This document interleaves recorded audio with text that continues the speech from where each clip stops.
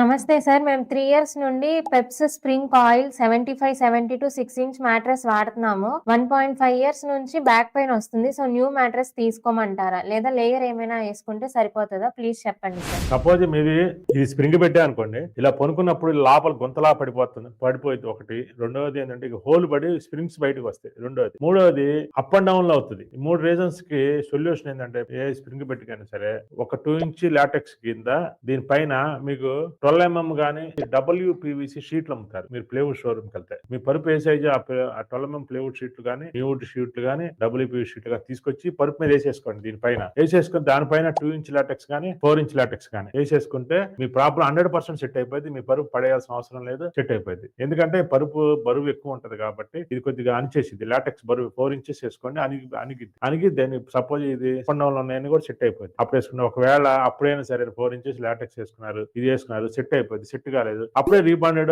ఇంకోటి ఏదైనా కొనుక్కొని హైట్ పెంచి నష్టమే లేదు. ఇది ఎందుకు వేస్ట్ చేయడం?